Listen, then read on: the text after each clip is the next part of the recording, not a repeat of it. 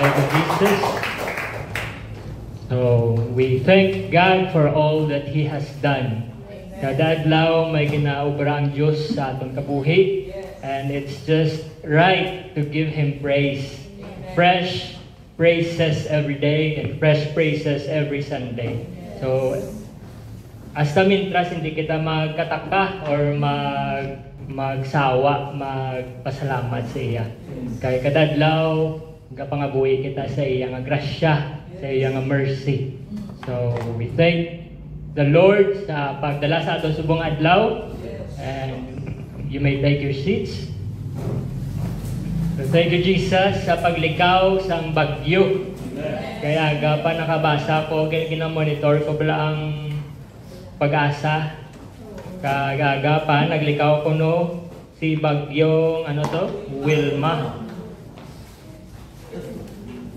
Hambal sa Negros update. Salamat, signal number 1 lifted in Bacolod as Wilma PH moves upward based on the latest Pag-asa bulletin. So, itatang kamot sa Diyos, hindi man sila nga kapadayaw bagay nga tungod gid sa amon pangamuyon na aglikaw ang bagyo. But we prayed and God answered. So, pasalamatan sa si Jesus, no? Showing up our hands once again. For bringing us here safe and sound sa mga kauturan na doon sa Isabela. Kita sa Diyos ang inyong effort, and for sure, God will bless you, no? One day, maybe soon. Kaya ang Diyos wala ka pa utang. So, ang inyong faithfulness, no? Sister Ging, Sister Aming, kamo nga nagapadayon, nga balik-balik, dibis kan layo pa. God will surely reward your faithfulness. Belated happy birthday kay Sister Aming. Karon lang tayo makanta. And we extend our condolences sa pamilya ni Brother Edbury. And maybe karon pwede kita ka-request special offering para makadugang-dugang man sa ila to. No? So thank you, Jesus. Siningation naman nga makapamati kita sa nga pulong. Kaya dari kita kakwa sang kusog, sang guidance, kag sang wisdom sa pulong sang Diyos. So last time ginastorya natin ang parte sa forgiveness. God's kind of forgiveness. And the key to reconciliation is real repentance. So makabalik kita sa Diyos o sa feelings ng Diyos kung kita maghinulsol sa matutuod. Subong adlaw suryanta naman ang ginatawag nga mercy o kung kaluoy sang Diyos. Kaya ari kita di subong nagapadayon kag naga-enjoy sang blessing sang Diyos because ng iyang mercy. Gal-enjoy kita sang kaluwasan nga ginhatag niya sa aton because sang iyang mercy. Kag kung upayon nato ng Bible, pila ka beses na mention ang word nga mercy. Mga more or less 300 times. Depende sa translation sa Hebrew and Greek words. Ay pwede nga sa isa ka translation, mercy, pero sa ibang nga translation, lain nga word ang ginagamit. Pwede compassion, kindness, goodness, or favor. They're all synonymous. So, ang mercy, hindi ni siya yan negative nga word. May ara tao nga do ka negative ang pag-take niya, magambal kita mercy sa Ilonggo, no? Mambal kita sa kaluoy sang Diyos or ginkaluoyan ko sang Diyos, hindi na siya yan negative, no? Kay siling sa Psalm 106 verse 1, praise ye the Lord, O give thanks unto the Lord, for He is good, for His mercy endureth forever. Pasalamatan ta kuno ang mercy sang Diyos. So it's something to be thankful for, it's something to be grateful for. Because He is good, kag ang iyang mercy, ang iyang kaluoy, wala sing katapusan. So, paano na siya naging negative, no? First, ibaluon ta, ano ang kinalain sang forgiveness, mercy, and grace? So, hindi na bala kita sina. Klaro, bala sa aton kung anong kinalain nila. Forgiveness means pagpatawad. It is letting go of a wrong committed against you. So, silingon, ginapalaya mo ng tao sa iyang sala. Sa sala nga ginubra niya sa imo. Ginapalaya mo ng tao sa sakit sang balatsagon nga ginkos niya sa imo. Ginkakas mo sa heart mo ang dumot, ang akig sa imo nga heart, ang bitterness, ginpanas, ginkakas mo, ginkalimtan mo. Amo na siyang forgiveness. Kaginkalimtan mo ang imo nga karapatan nga magtimalos. Wala ka na nagbilin da sang kung ano ba nga debris sa imo nga heart. Reformat. Amo na siyang forgiveness. Ang mercy naman is ang kaluoy sang Dios. It is showing kindness to someone who deserves punishment or judgment. Kinaayuhan mo ang tao nga supposed to be kinanglan siya pinahan. Silingon, deserve mo tani isang punishment pero ginpunggan sang Diyos. Nag-fail ka pero ginabaton kagyapon sang Diyos. That is mercy. Ano naman ang grace? Amo naman ang favor or blessing sang Diyos beyond merit or unmerited favor. Blessing sang Diyos nga hindi mo deserve. So kita natin ang difference sa forgiveness, mercy, and grace. No? Again, ang forgiveness, ang pag-let go sang sala. Ang mercy is not giving someone the punishment they deserve. And grace is receiving blessings you don't deserve. Okay, so pareha sa story sa prodigal son. Ang tatay nag-forgive even before pa nagbalik ang iyang bata. Saan siya napakita sa mercy? Saan ginbato niya ng liwat ang iyang bata? Saan ginrestore niya ang iyang bata? Not as a servant, but as a son. Dapat disiplinao niya na to, pero ginbato niya with all his heart. That is mercy. Kagang grasya sa nakita sa stories ng prodigal son, sang ginpabayuan niya sang malahalon nga robe ang iyang bata, ginsuksukan niya sang singsing kag sapatos, kag gin-celebrate niya ang pagbalik sa iyang bata bisan hindi niya deserve. That is grace, grasya, pabor nga hindi niya deserve. So muna of the night ginapermi ang forgiveness, mercy, and grace. Pero subong adlaw gusto ko mag-focus sa mercy or kaluoy sang Dios. O kapiyar ka muna nga kung kita gani makasala, kung kita ang involved, do kapos sa aton mangayo mercy. Pero ano ga katabo kung iban ang nagakasala? Iban ang nagaka-fail. Gusto mo manabat sila dayon. Gusto mo justice, gusto mo husgahan sila dayon. Tapos kung ikaw yung mag-fail, gusto mo kaluhuyan. One more chance. Give me one more chance. Last na gini. Gusto mo mercy. Gusto mo tagaan ka sang tsansa. Pero kung sa iban gani gusto mo makita sila nga naga-suffer gid. Gusto mo makita sila nga naga-antos gid sang ilang konsekwensya. No? So subong aga, let's be reminded nga ang mercy ginahatag ni sa mga hindi deserving, sa mga guilty, sa mga naobra nilang sala, sa mga tao nga wala sang means nga magbalik sang kaayo nga ginpakita sa ila. Kaya ang pagpalangga sang Dios kag ang iya nga kaluoy wala ni may ginapili. So subong nga aga basahon naton ang away sa tunga nila ni David and Absalom nga bata niya. Kung paano gintunto ni Absalom ang iya nga amay. Pero ang heart ni David willing gid gyapon mag-extend sang mercy. Bisan ano pa kasakit sa balatsago ni David, ang ginobra sa iya ni Absalom, willing siya gyapon maghatag sang mercy. So let's read sa 2 Samuel 18 verses 1 to 5. So as we all stand and read the word, 2 Samuel 18, 1 to 5.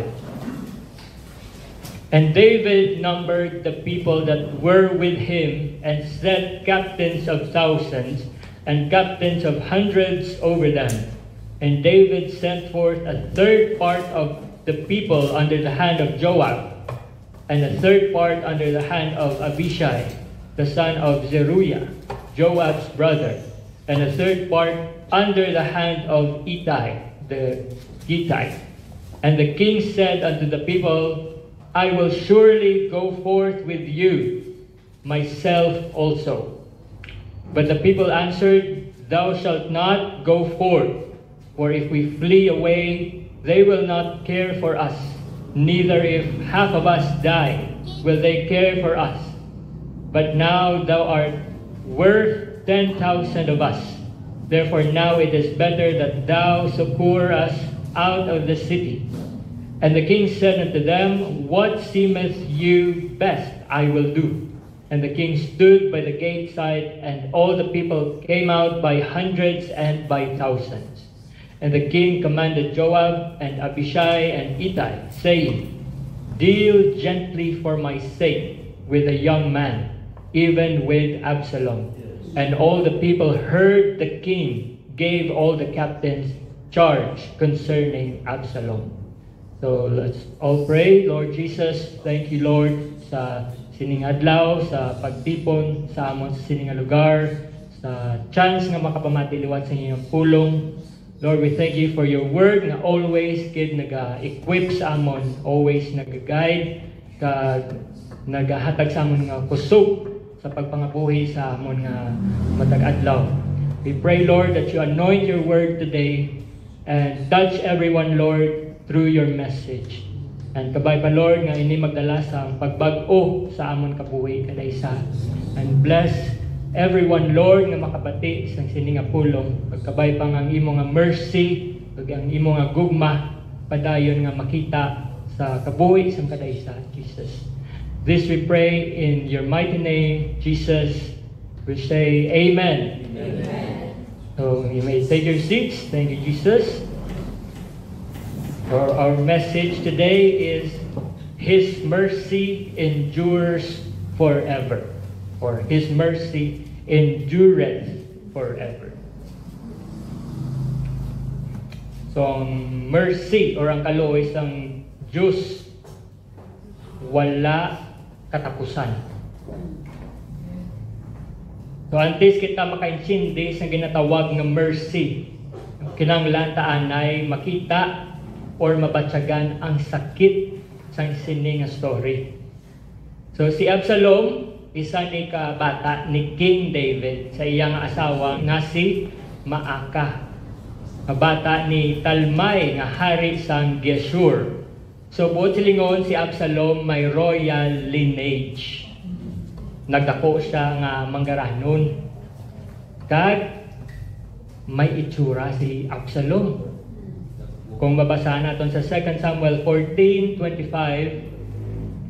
But in all Israel there was none to be so much praised as Absalom for his beauty.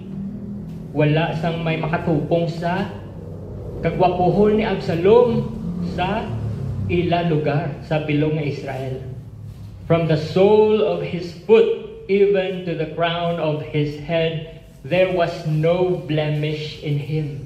Wala sa punggod. Wala sa batik-batik. O pikas-pikas. Makinis, mahumok. Flawless. So si Absalom, may utod siya nga babae. Ang pangalan si Tamar. Sa kadlaw may natabo kay Tamar. Ang isa pagit kabata ni David nga si Amnon, bata niya sa laing nga asawa, bali half brother ni Absalom kag ni Tamar. Unfortunately, naluyag ni siya kay guess who? Naluyag siya kay Tamar, nga half sister niya. So ginplanuhan niya ni si Tamar nga makakadto sa ila balay kag nagtuyo sang indi manami. So ginhilabtan niya si Tamar, natabo ang hindi dapat matabo. No, ginpuwersa niya si Tamar, gin-violate niya si Tamar pag na balita. So long story short, sa nabalaan ni Absalom ang natabo nga iskandalo sa iya utod kag sa iya nga half brother. Grabe ang iya pangakig kay Amnon, sa iya nga half brother nga si Amnon. Then after some time, ginpatay ni Absalom si Amnon. Kag insigida, nalagyo si Absalom. Nagkadto siya sa lugar sang iya nanay sa Geshur. Kag nagtenerto siya nanago for 3 years. Kag ang Bible nagambal nga ginkasubo gid ni David ang pagkamatay ni Amnon. So kung mabasa nato sa 2 Samuel 13:37. But Absalom fled and went to Talmai, the son of Ammihud, king of Geshur, and David mourned for his son every day. So Absalom fled and went to Geshur and was there 3 years. And the soul of King David longed to go forth unto Absalom, for he was comforted concerning Amnon, seeing he was dead. So una nasubuan si David sa iya bata nga napatay si Amnon. Pero later on, sa naka-move on na siya, mga 3 years na no, naka-move on na siya sa pagkamatay ni Amnon, ginhidlaw naman siya sa iya nga isa nga anak nga si Absalom nga nagpalagyo. So kita tanong bisan ano pa ang naubra sa isa ka bata, bisan ano pa kapasaway, no? Basta ginikanan ka ang imo nga pagpalangga ara ginagyapon. Gusto na Sister King. Biskan magpasaway ang imo bata, Sister Ameng, gusto na kung magpasaway mo bata, palangga mo man gyapon. So muna iya ang balatsagon sa ginikanan. Kung ano pa, bisan ano pa da kalaway ang nahimo, bata mo man nagyapon, no? Sa imo na siya naghalin. Kung sa layi pa sang una, ang punishment sang mga murderer, sa mga tao nga nakapatay, is kamatayon man. Pero wala gin-enforce ni David ang law kay Absalom tungod palangga nini. So si David gusto niya mag-reach out kay Absalom, gusto niya mag-reconcile, gusto niya magmayuhay sila liwat.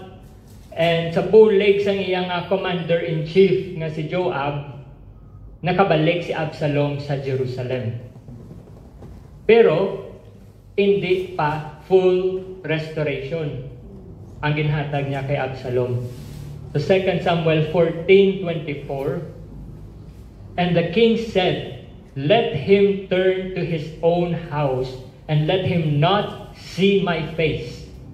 So Absalom returned to his own house and saw not the king's face.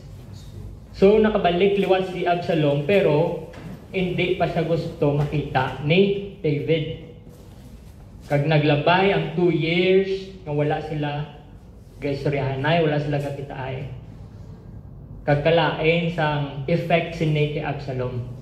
Wala sila sa pakanay sa iyamay.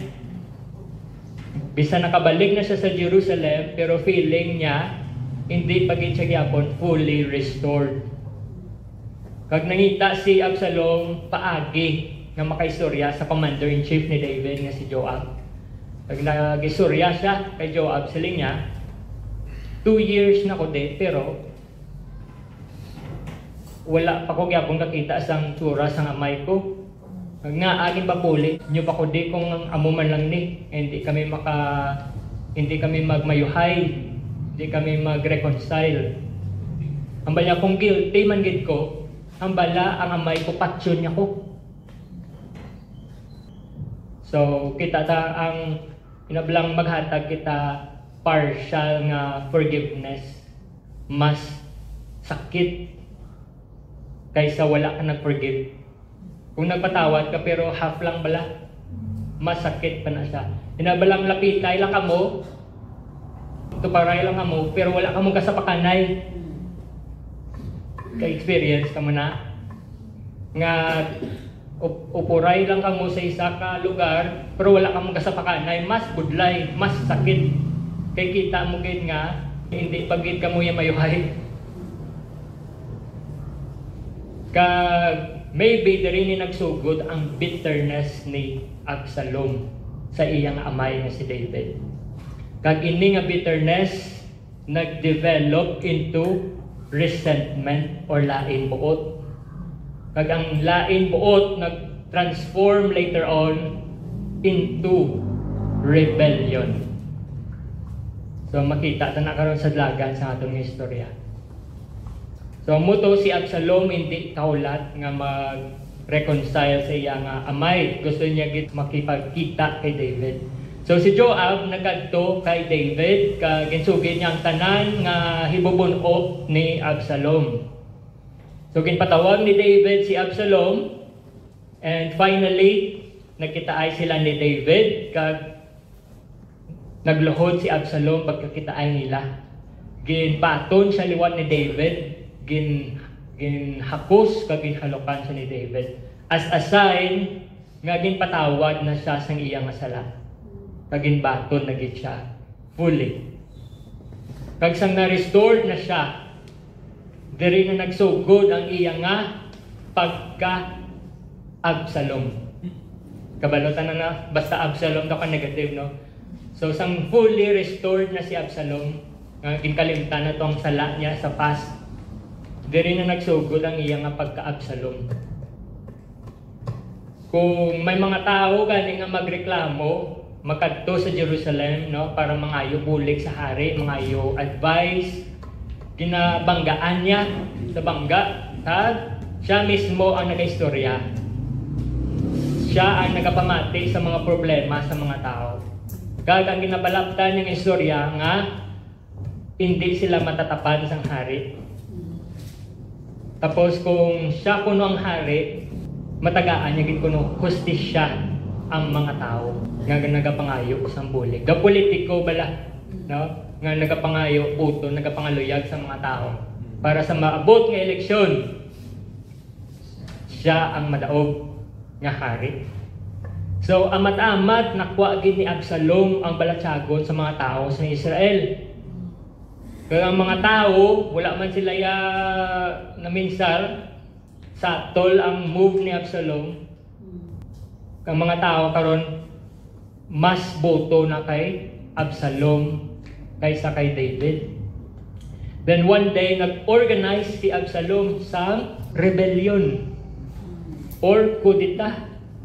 Kag pati ang trusted advisor ni David nga si Ahithophel, nadala ni Absalom, na-recruit ni Absalom.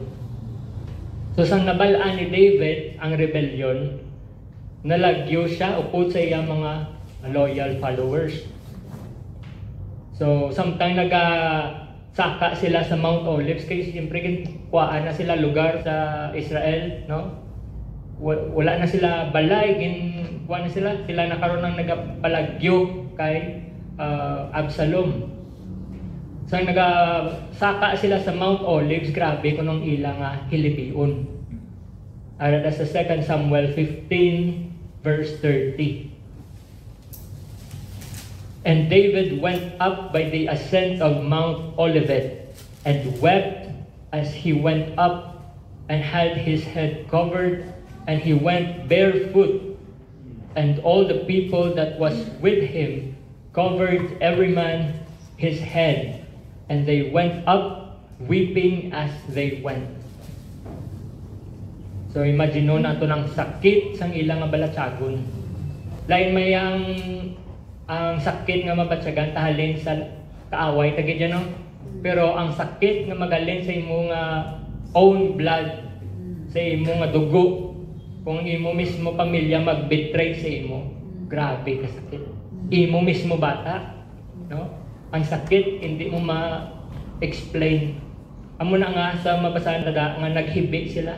Kaya hindi nila ma-explain ang sakit. It's undescribable.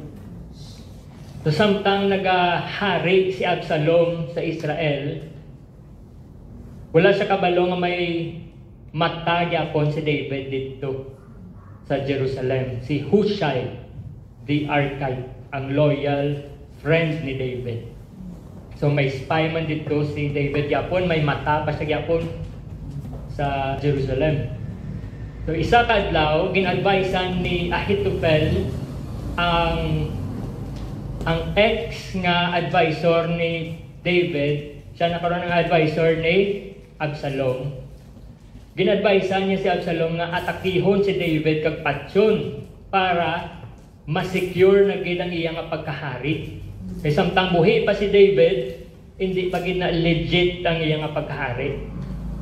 Siling ni Ahithophel, mas maayo guro nga atakihon ta sila ni David gabi nga kapoy sila kag hindi sila makapangaman. Kag bisan si David lang kuno ang patsyo nila, okay na kag ang mga tao nga nabilin ibalik lang naton sa Jerusalem. Pero si Hushai, gingamit sang Diyos si Hushai, ang undercover ni David nga to pa to.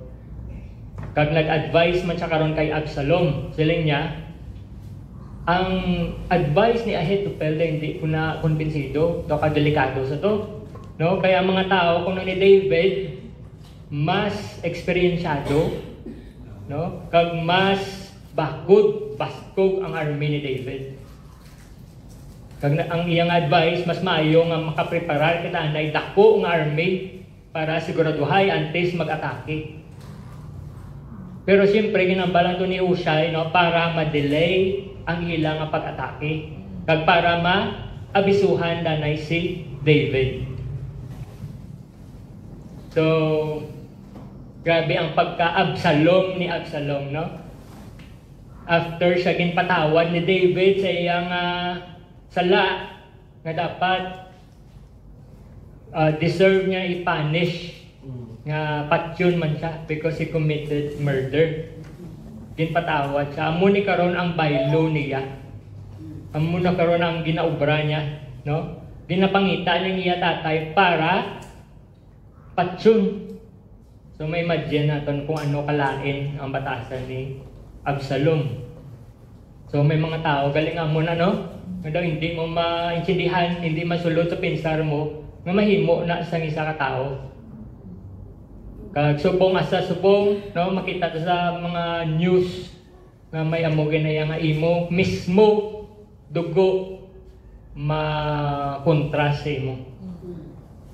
So kasakit nga bata mo mismo ang nagbetray sa imo, ang gusto magpatay sa imo. So sa nakalabot kay David ang plano ni Absalom nga atakihon sila, nagpreparar man sila sa away. No, nag-organize sila tatlo ka grupo under kay Joab, Abishai, and Ittai. Siling sa ginbasa tagina sa Samuel 18, no? Verse 1. Kag antes sang away, gin-remind sila ni David sa verse 5. And the king commanded Joab and Abishai and Ittai, saying, deal gently for my sake with a young man, even with Absalom. And all the people heard when the king gave all the captains charge concerning Absalom. So ginklaro ni David, gin-remind sila nga kung madakpan nila si Absalom, hinayon lang siya nila. Or hindi siya pagsakiton. Grabe ang heart ni David, no? Bisan amo na to ang ginobra ni Absalom, ga-care gyapon si David siya. bata sa gyapon ni David. Bisan gin-reject na siya ni Absalom. Inpakawian na siya ni Absalom. No, gusto na siya patyon, pero ang heart ni David nagaayo gyapon. Spare Absalom. Spare my son. Show mercy. So muna nga si David ginatawag nga a man after God's own heart. Kaya muna si David ka merciful, muna siya ka forgiving. Bisan pa kay Saul sa una, no, nga gintunto man siya ni Saul, gusto man siya patyo ni Saul, pero ang iya nga respect, no, sa office ni Saul ara gid yapon. Kag siling sa ginbasa naton, all the people heard when the king gave all the captains charge concerning Absalom. Tanan sila nakabati sang sugo nga hindi pagsakiton si Absalom. Ang tanan kuno nakabati sang sugo ni David, ang tanan. But silingon, tanan magpakita sang mercy. Dapat hatag yapon kaluoy bisan pa sa tao nga nakaobra sang grabe nga sala. Pero sa pinsan guro ni Joab, ang iyang commander-in-chief, nga ano man na, mahal nga hari ang imo pinsan man, nga amo na naginobra sa imo, kag ang rason nga ara kita diri subong nagapalagyo, kag wala kita sa aton mga balay, tungod na siya, hindi lang ikaw yung naperwisyo, kita tanan. Tapos, mercy yapon. So, amo na siguro sa pinsan ni Joab, maluoy matagyapon siya biskan amo ni ginobra ni sa aton. Pero tandaan naton nga si David gani, no, nga siya gid mismo ang gintunto directly. Siya gid mismo ang ginhimuan sang sala. He has all the reason nga mag-demand sang judgment, pero mercy gyapon ang ginhatag niya sa kay Absalom. So kung mabasa mo da ang sunod nga natabo ang ilang away sa forest, sa kakahuyan, in the wood of Ephraim. Kag napierde ni David, napierde sang army ni David, ang army ni Absalom, bisan na muna ito kadamo. So busilingon, basko bida si David. Kag si Absalom, samtang nagasakay siya sa iyang asno, mule, nasangit ang iya buhok sa sanga sang kahoy. Dako nga kahoy o kon oak tree. Kay si Absalom laba buhok. So nasangit ang iya buhok sa sanga sang kahoy, kag nagsabit siya dito. Helpless. So may banjin ano to nga sitwasyon ng iya ni Absalom nga hindi siya kapanaog, ato lang to siya nagabitay. So nakita sa karon sang soldier ni Joab. Kag gin-report niya ni kay Joab nga, Lord, kita una si Absalom. Excited pa siya siguro pag-report niya kay Joab. Kaya siyempre, ang sugo nga daan ni David nga alive and kicking dapat si Absalom. Inayon niyo lang siya, hindi niyo sa pagsakiton. Karon nakita niyo siya nga ato lang to nagabitay nga pwede hapos lang gid kwaon, hapos lang gid bihagon. So pinsan niya ko, grabe Lord, puwerte ka swerte gid sa aton nga amo ni ari si Absalom sa aton mga kamot. Pero anong reaksyon ni Joab? Ang balya, ay nga nagbalik ka pa balik ito kagpatsa. So si Joab ang iya nga gigil nga magtimalos aragid, no? Kag hambal sang soldier nga nakakita, hambal niya, boss, biskan bayaran mo pa ko dako, hindi ko na mag-ubra sa imo kinasugo. Kaya muning hambal sang hari nga hindi siya pa sakiton. Kay basi pa lang may tsansa pa nga mag-ayuhay sila. May tsansa pa lang nga mag-reconcile sila, biskan do ka imposible.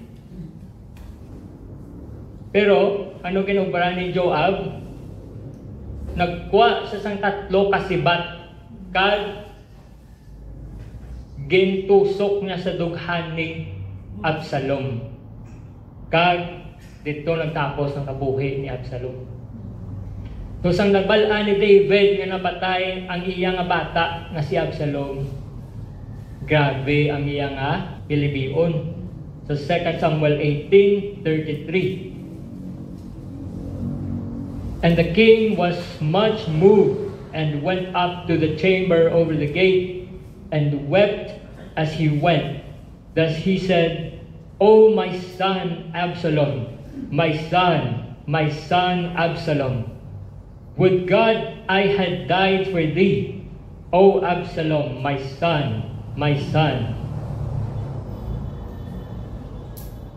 So, kita tanan, mayara kita panahon man sa aton kabuhi nga kinahanglan naton mag-decide kung paano kita mag-react sa mga tao nga nakasala sa aton. Maging kaangay ta bala sa soldier, maging parehas bala kita sa iya nga nagpamati sa sugo ni David nga mag-extend sang mercy. O kung maging kaangay bala kita kay Joab, nga ginbutang niya sa iya kamot ang justice. Siya gid mismo ang nagtimalus bisan nagambal ang hari nga maghatag sang mercy. So din kita dira sa duwa, ang namati sa sugo sang hari or kita gid mismo ya ang magpahari-hari. Galing, ano ang kakatabo kung maging parehas kita kay Joab? Nga kita gid ang magtimalos, kita gid ang mangamot.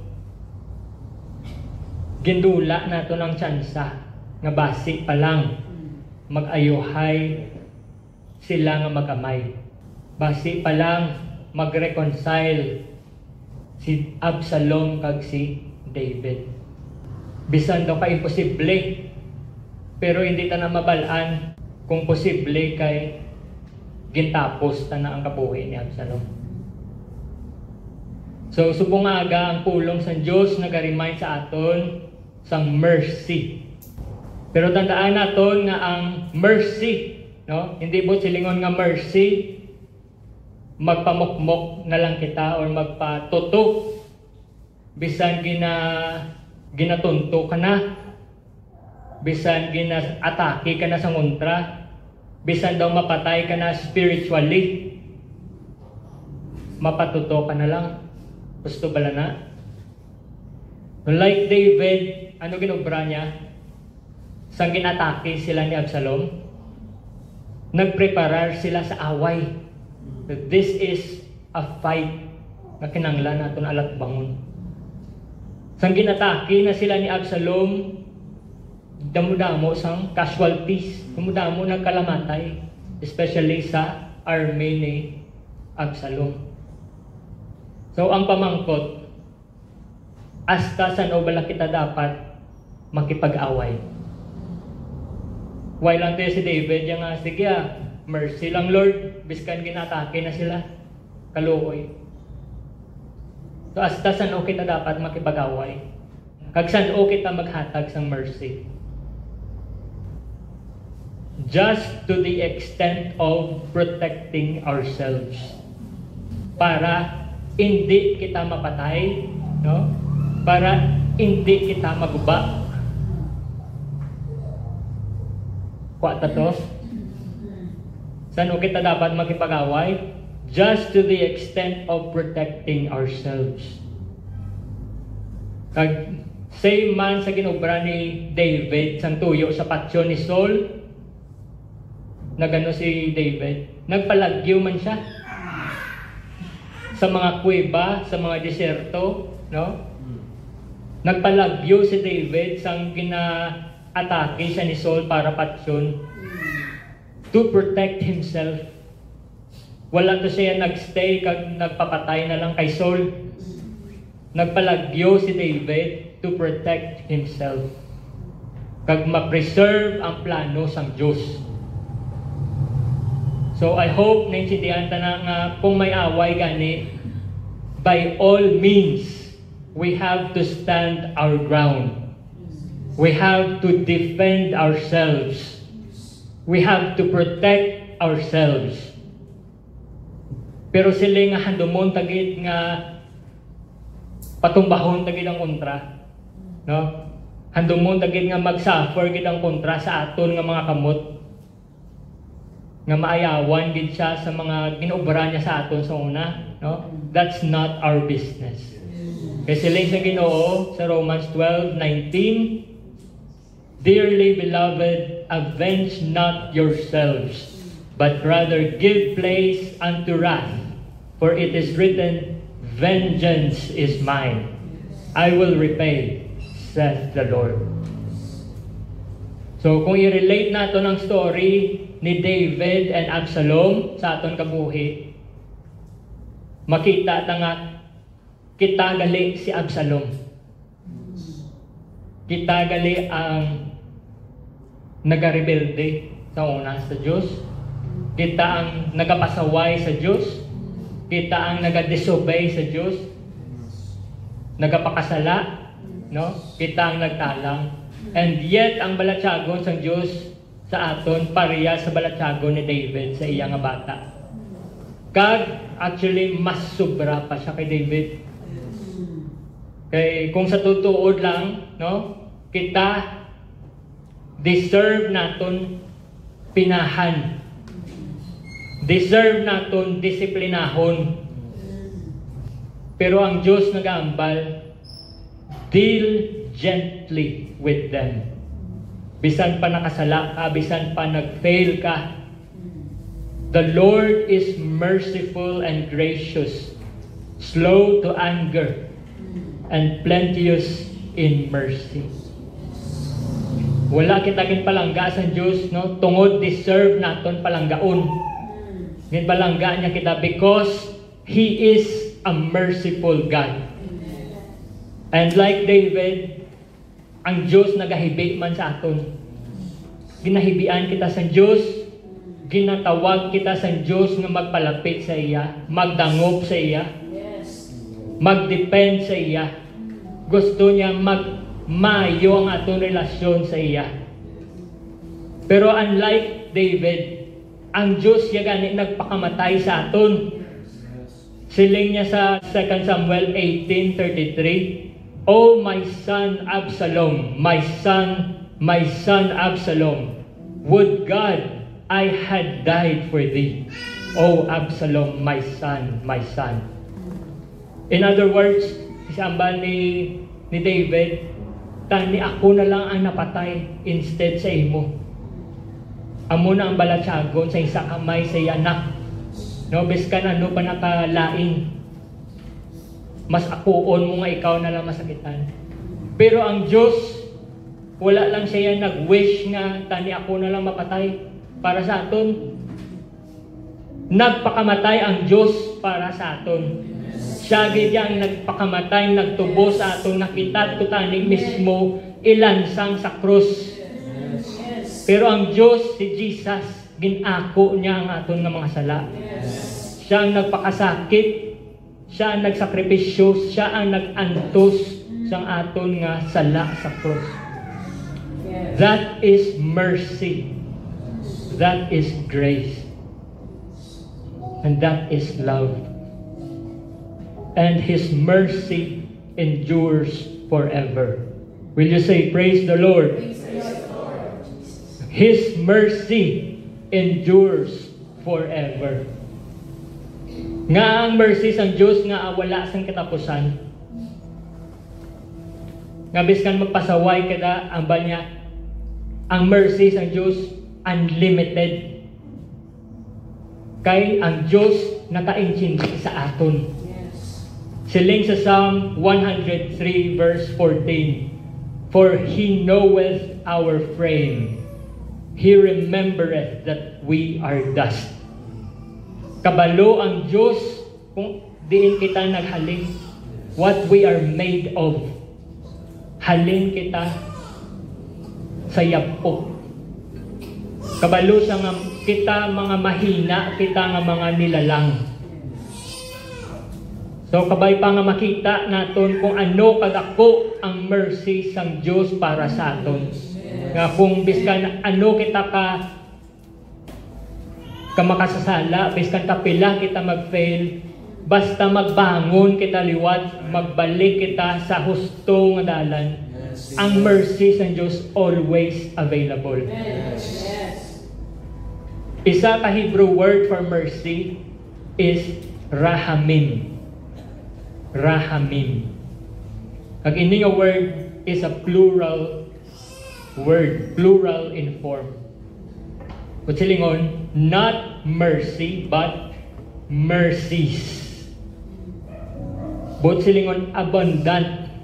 Butsilingon, damo ang mercy sa Diyos. That's why kung mag-fail kita sa Diyos, pwede kita yagyapon kabangon.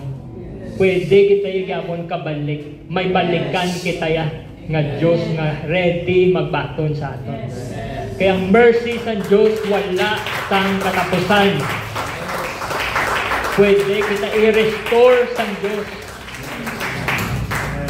Basta buligyan taman una ang aton nga kaugalingon. That's why siling ni Jeremiah sa Lamentations 3 verses 22 to 23. It is of the Lord's mercies. Will you say mercies? Mercies. That we are not consumed, because His compassions fail not. They are new every morning. Great is thy faithfulness. Yes. Will you say, praise the Lord? Praise the Lord. Amuna ka merciful ang Diyos sa aton. That's why kita dapat lang maging merciful man sa iban. Isiling ni Jesus sa Matthew 5:7, blessed are the merciful, for they shall obtain mercy. Luke 6:36, be ye therefore merciful, as your Father is also merciful. Kag kadamo-damo pa dira sang scriptures, kag story sa Bible about mercy. Nga gusto kumanta ni idalon sa sining adlaw, pero wala kita tiempo nga maubos kay kadamo sa mercy sang Diyos, hindi ta na maubos, no? Pero gusto ko lang ibilin sa inyo subong aga nga kung ang Bible nagahambal His mercy endures forever, hindi na naton maliwat. Amo na gid na, no? Hindi mo na madugangan, hindi mo na mabuhinan. But silingon, ang mercy sa Diyos wala sing katapusan. Wala sing limit. It's always available sa tanan nga may gusto. Kag para i-remind kita sang mercy sa Diyos, as I close this message, may basahon lang kita nga scripture sa Psalm 136. Psalm 136, and then we will get ready to worship Jesus. So, as we read, pwede kita katindog liwat. Obdan nyo ko basa. Just the part where it says, for His mercy endureth forever. Kamula na, obdan nyo ko dira nga part. Ready? Psalm 136 verse 1. Oh, give thanks unto the Lord, for He is good. For His mercy endureth forever.